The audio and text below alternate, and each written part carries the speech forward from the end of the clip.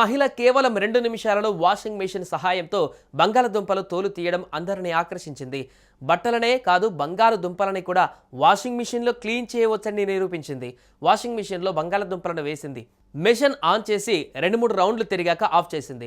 Door open చేస్తే ఒక్క తొక్క కూడా లేకుండా ఒలిచేసిన బంగాళదుంపలు నీట్గా బయటకు వచ్చాయి.